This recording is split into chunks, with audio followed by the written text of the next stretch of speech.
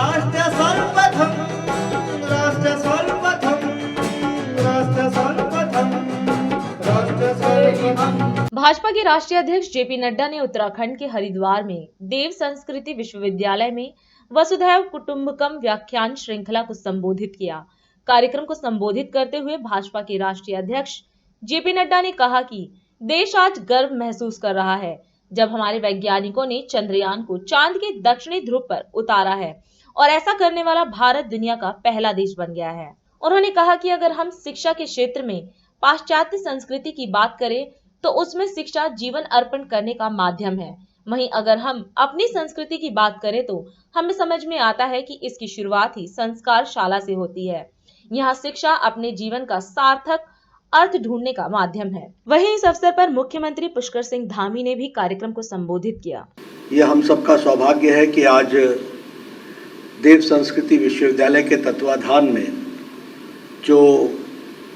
व्याख्यान माला हो रही है और जिसका थीम है वसुधैव कुटुंबकम, उसमें मुझे भी भाग लेने का सौभाग्य मिला है। सावन के महीने में शांति कुंज में आने का मौका मिले तो ये अध्यात्म की दृष्टि से और भी अच्छा हो जाता है कि ऐसे मौके पर यहाँ आने का, इस पवित्र स्थान पर आने का मौका मिला है। इसमें कोई दो राय नहीं है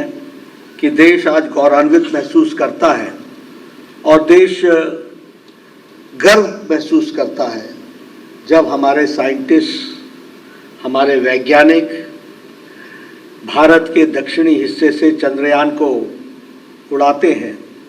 और भारत चंद्रमा पर पहला देश बनता है जिसका चंद्रयान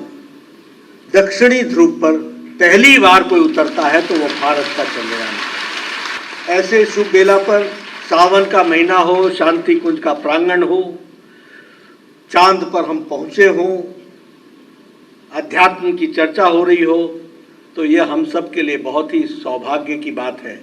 और देश के लिए गौरव और गर्व में हम भी अपने आप को शामिल करते हैं। कल प्रधानमंत्री जी ने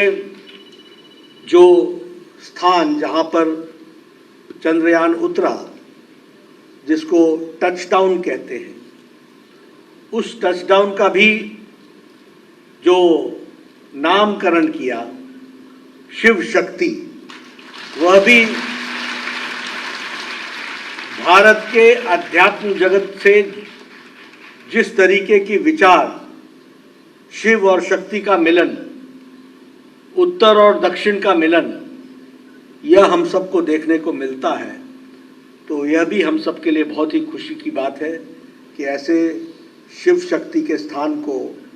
चांद पर भी अध्यात्मवाद से हम लोगों ने, आदरणीय प्रधानमंत्री जी ने देश को इस नामकरण से गौरवान्वित किया है। यह भी हम सबके लिए खुशी का विषय है। इसलिए जब मैं इस तपोभूमि पर आया हूँ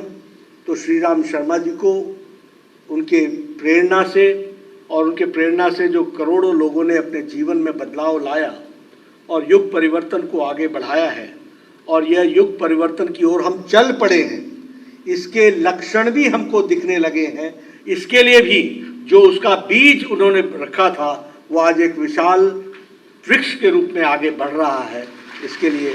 उनसे प्रेरणा भी लेते हैं और उनको हम इसके लिए उनकी प्रेरणा से हम आगे बढ़ें, ऐसी ईश्वर से मैं कामना करता हूँ। हमारे देव संस्कृति विश्वविद्यालय में बहुत से ऐसी फैकल्टीज़ हैं जिसमें काम हो रहा है और अध्यात्मवाद के तरीके को साइंटिफिक तरीके से, वैज्ञानिक तरीके से उनकी उपयोगिता, उनका रेलेवेंस, उनको किस तरीके से आगे बढ़ाना है, उसका जीवन में अर्थ क्या है,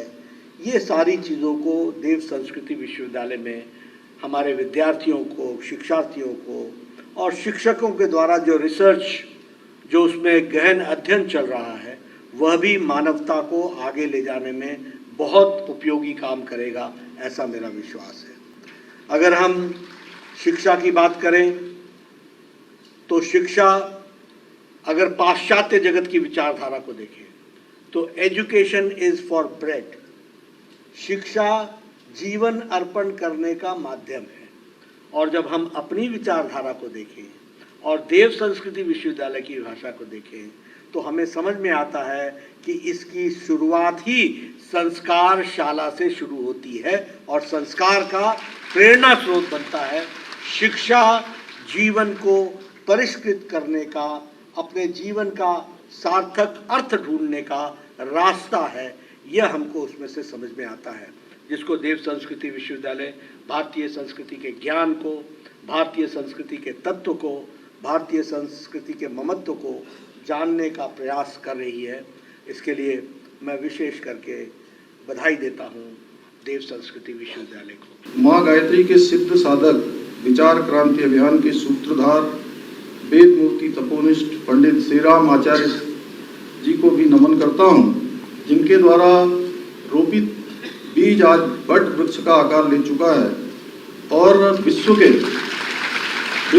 असंख्य लोगों को ज्ञान और संस्कार की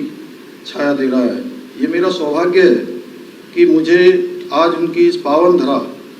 और परम वैभवशाली मंदिर में आदरणीय अध्यक्ष जी के साथ इस कार्यक्रम में सम्मिलित होने का सौभाग्य प्राप्त हो रहा है। भाइयों बहनों, मैं एक बात कहना चाहता हूँ कि राजनीति में ऐसे बहुत कम नेता हुए हैं जिनका सम्मान पक्ष और विपक्ष दोनों करते हैं, और हमारे मंच पर आज जिनका उद्बोधन हमारे सामने होना है, भारतीय राजनीति के अजातशत्रु नेता और मेरे अभिभावक राष्ट्रीय अध्यक्ष हमारे जेपी नड्डा जी का, मैं उत्तराखंड की इस देवभूमि में आज देव संस्कृति विश्वविद्यालय में और उससे पहले और भी अनेकों कार्यक्रमों में आज आपने भाग लिया है, मैं आप सबकी तरफ से और उत्तराखंड वासियों की तरफ से उनका हार्दिक स्वागत एवं अभिनंदन करता हूँ। राष्ट्र सर्वप्रथम, राष्ट्र सर्वप्रथम, राष्ट्र सर्वप्रथम,